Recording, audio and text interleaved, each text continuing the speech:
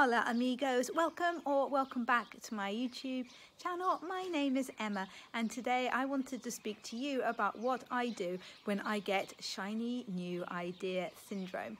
Now the idea to make this video came to me the other day because I was in fact dealing with this very syndrome.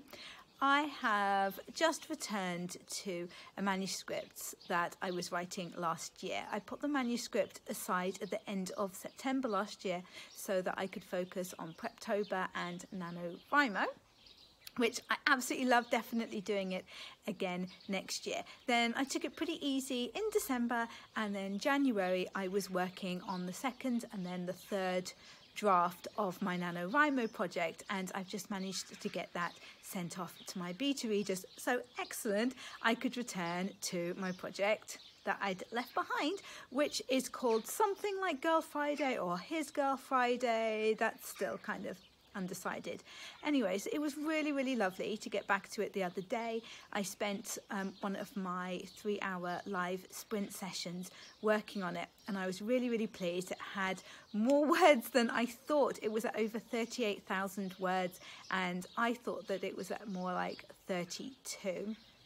So it was all good, really enjoying it. Then I went to bed and I was kind of half asleep when a brand new idea came to me for a story that I think I would absolutely love to write. And what do? Do you abandon what you're working on and devote yourself to the one that you're maybe a little bit more inspired by? Not that I'm not enjoying Girl Friday, I really am, but the new idea is always the one that you want to write the most. So this is what I do. If it's just an idea that kind of comes to me while I'm washing up or sleeping, they actually generally come to me when I'm sleeping or kind of half asleep, half awake. I kind of let it be. Yeah, I kind of just let it be. I think about it a little bit. Maybe if I'm walking the dogs the next day, I might go, oh yeah, what would I do with that? How would that go? And I kind of see if it goes anywhere. Because sometimes these ideas, for me at least, they just don't go anywhere. That's it. They were a little idea and you think about it a bit more and you're like, no, actually, there's not enough there to make a story of any kind. How noisy are these birds, by the way? Yeah, I think they're having an argument about, I don't know, nesting materials or something, but they are very noisy. Anyway. So yeah, a lot of ideas just kind of don't make the cut that way. But if the idea kind of keeps coming back to me, if I'm building it in my mind, which is actually what has happened with this new idea, I definitely can see a lot more to it, and I'm kind of building on it and working out the relationship between the hero and heroine and stuff. That is where my ideas folder comes in. Now, I have mentioned this in a video before.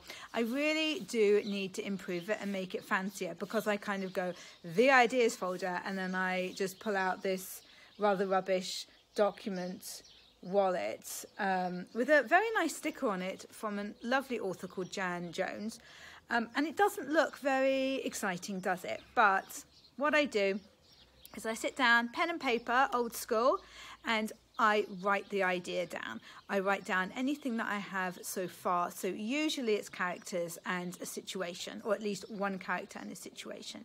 But with this new one, for example, I definitely have the hero, the heroine. I have kind of a bad guy as well. And I've got a few scenarios that I think would be fun for them to go through. And I think I've got the ending.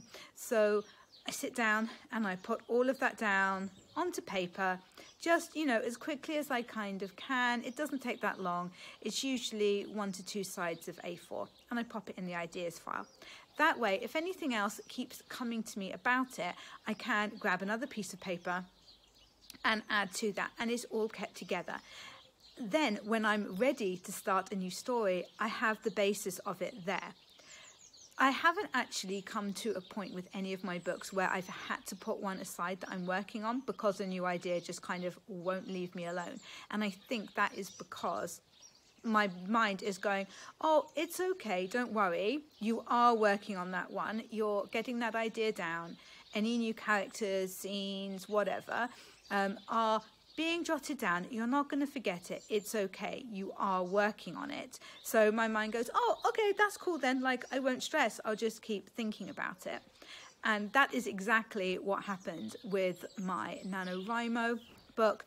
I was thinking about that kind of, the character in particular, my main character, Jessica, who's a ballerina. I was thinking about that for a little while before and really kind of trying to flesh out what happens to her and her character development in particular throughout the novel, which is like the basis of this novel. And it worked absolutely brilliantly for that, and that tends to be what I do. So I hope that this has been of some help to you. I don't know if you do something similar, or I would love to know if you have just had a brilliant idea that you have had to set aside everything else for and just write this brilliant idea, and it turned out to be absolutely amazing and monumental and the best thing you've ever written. I'd love to know that as well. So please let me know your experiences of shiny new idea syndrome down in the comments below. Please make sure that you like this video if you've enjoyed it. It makes such a difference to my channel, and subscribe if you haven't already, and I will catch you in the next one.